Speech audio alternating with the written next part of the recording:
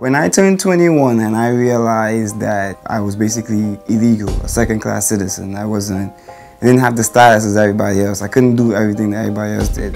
I literally, from 12 o'clock, the time that I turned 21, until the day I was 21 and one day, I locked myself in my room, I took my phone off, and I discommunicated myself from the entire world. I thought that was it.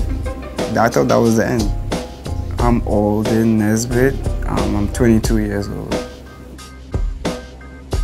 11 years ago, the department went to the Caribbean, to a lot of islands in the Caribbean, and they said, you know, we have this shortage of teachers in New York City, so they started recruiting these teachers down there. We want the best and brightest in the Caribbean. So they went out, they got my mother and a lot of other kids' mothers and said, you know, come teach these kids here.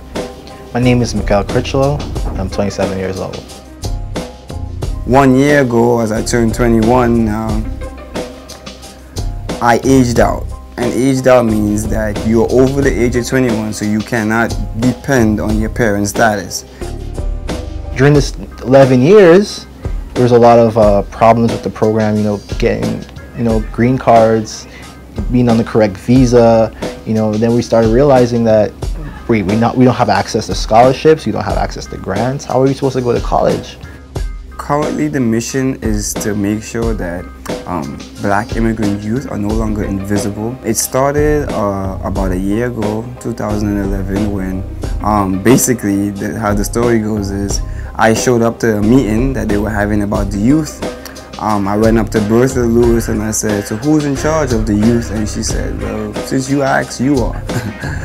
From there, me, Mikhail, Amir, and some others, we decided that, you know, maybe we should get up and fight for what we feel like was promised for us. So there were all these problems that the teachers had to fight for, so they formed an organization. So the kids decided, you know what, let's form an organization. So the kids who are aged out already, and the kids who may age out, have somebody to support them. The Dream Act that Obama was pushing for nationally would give me and my associates a pathway to permanent residency. But that did not get passed, so we figured that if we do it state by state, then they would have no choice but to pass a national Dream Act. The New York State Dream Act, even though watered down and does not give a pathway to permanent residency, does allow for the tuition assistance program. I was able to get into college, but you know, there's no scholarships, and I was actually eligible for scholarships.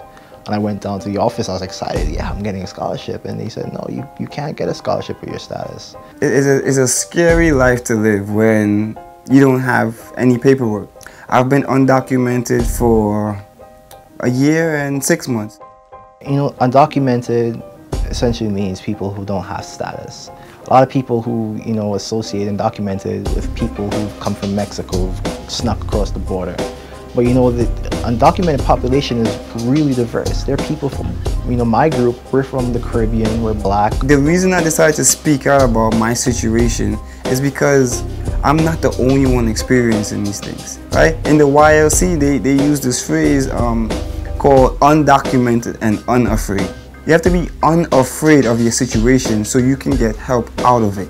It's as simple as that. I hope that someday, you know, because of my work, I will get a Dream Act passed, or I will get, you know, immigration reform passed. You know, that fear still remains, of course, but at least I have an association of people who support me and people who are listening to me.